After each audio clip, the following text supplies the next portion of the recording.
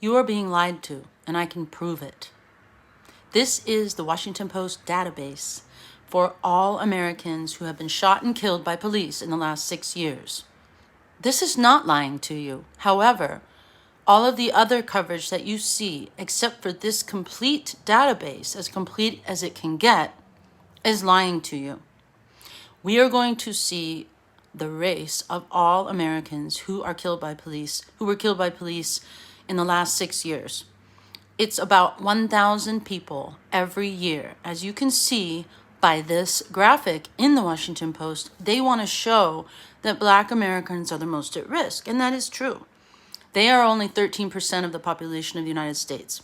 That's another story for another day. So 2,800 white people have been killed in the last 6 years by police, and 1,500 Black people. Now that's a significant statistic, because even though it's less than the amount of white people, it is a huge amount given that Black Americans make up 13% of the population. And I've explained this before. So why am I doing this video? Because I want you to see, just in the last month, just in the last 6 weeks, all of the white people who have been killed and their circumstances, which are very similar to the circumstances that we've heard on full blast on our screens, that we've heard about.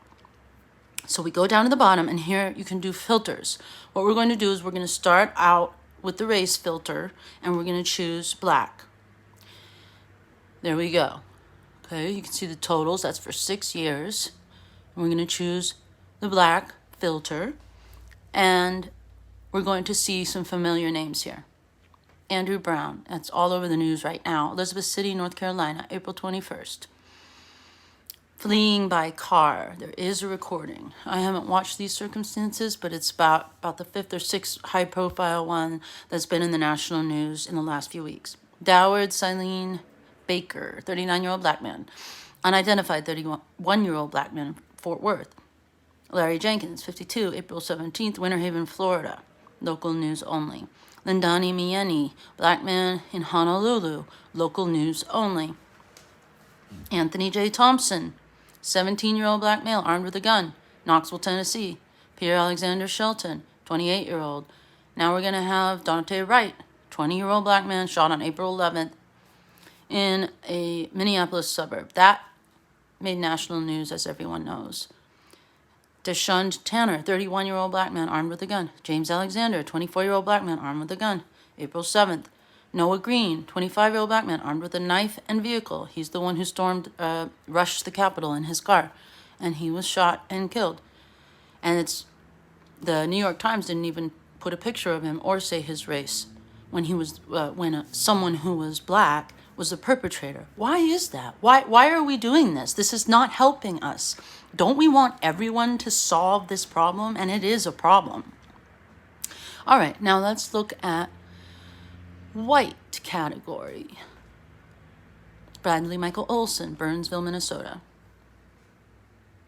Jeffrey Guy Sachs, Fort Lauderdale, Florida. Peyton Ham, 16-year-old white male armed with a knife, April 13th, Leonardtown, Maryland, just 2 days after Dante Wright. Devin Waitigo Kuykendall, 26-year-old white man, April 6th, Redding, California. That's someone's child. Jeffrey Appelt, 32-year-old white man, April 3rd, hotel in Corvallis, Oregon. And so you can see Samuel Yeager, 23-year-old white man, armed with a gun, shot April 3rd in Douglas County, Colorado. Somebody's child. Natsarit Virtul, 22 white man, 22-year-old. James Eiler, 47-year-old, April 1st, Brighton, Illinois. Stephen Ross Glass, 35-year-old, April 1st, Lakewood, Colorado. Jonathan B. Kohler, 31-year-old, March 30th, Bristol, Virginia. It's a lot. This is a lot of people. Didn't make national news. Shelby Jean Berkheimer, Lithia Springs, Georgia, 41-year-old white woman, March 30th. Eric Leach, 36-year-old white man, March 26th, Quincy, Mass. Patriot Ledger and Mass Live. No national, though. Stephen Michael Kelion, 32-year-old. Kelly E. Rooks, white woman, Seaford, Delaware. Did not make national news. And on and on. So now, you can see who's unarmed. Now, I accidentally left the white filter on here, but it's 168 unarmed white people in the last 6 years were killed.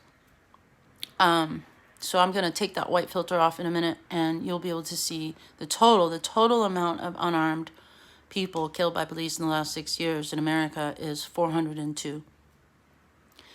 So all of this is consistent with what I've said in the past. Why am I doing this? Why does it matter? Because this is a problem that affects all of us. And Ashley Babbitt, look, unarmed.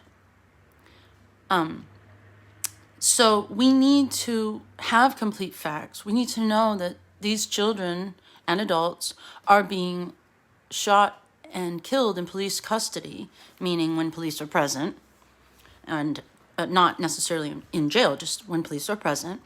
They're being shot and killed, and every single one of their lives is important, and every single one of their deaths is a tragedy. So to get insulted when people say all lives matter, I understand that, because Black people are more at risk, but they're also overwhelmingly living in poverty, lacking opportunity, poorer health. Part of that is lifestyle, food, living in a food desert, so to speak, where it's hard to get healthy food, where all they have is fast food, liquor stores, and churches. So you have to look at the statistics about why Black Americans have it so tough. They have it tough as far as healthcare, wealth, and this is for many reasons, okay? Not the least of which is the United States not paying attention to the educational system in these places, and just kind of pandering to the community every election year rather than coming up with solutions, and not realizing that it's very important to have fathers and father figures, and that we've failed our Black Americans. We really have. But it's so bizarre how the situation with the police is being weaponized and turned around so that we're so afraid to, quote, put responsibility on the Black community that we are now perpetuating the disservice being done to them. This is the Hispanic community. Ivan Cuevas, 27-year-old Hispanic, Visalia, California. Adam Toledo, 13-year-old. I still think he dropped the gun, and then I don't know if it was the split second before the officer shot him, but very tragic. It's tragic. It's tragic every single time. So I want you to see how putting something on national news and only stating the race when the victim is Black and the perp is white is extremely unwise and goes totally against everything that we stand for, and that is because it's causing more violence. It's causing violent protest to be ignored, and people are too afraid to say that it's violent because they feel there's such an unequal situation for Black Americans. So I want you to take a good look again at this ticker and let me know what you think in the comments, because we are quickly heading toward a situation where propaganda is the order of the day. The police were very casual with all the white people at the Capitol on January 6th. But I think that was for a different reason. And personally, there are a lot of Black Trump supporters, but I didn't see too many of them in the Capitol, except that one guy who was a BLM organizer, John Sullivan. And I think the reason that there weren't more Black people in there is because they know better.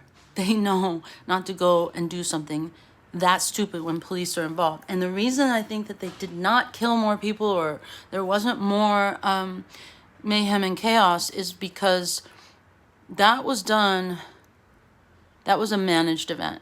No, I'm not like Alex Jones, where I think it was fake. It wasn't fake, but it was definitely incited, and we Americans are not used to that. There was a lot of imagery that guillotine or whatever they had set up is we don't know who set that up, And the arrests, we can see they're arresting people who for like swearing and trespassing.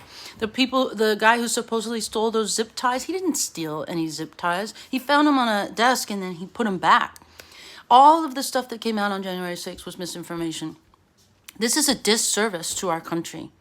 And it's getting in the way of us solving the problem. You can talk about police training, and most of the police officers were following their training. But I say there's always a solution.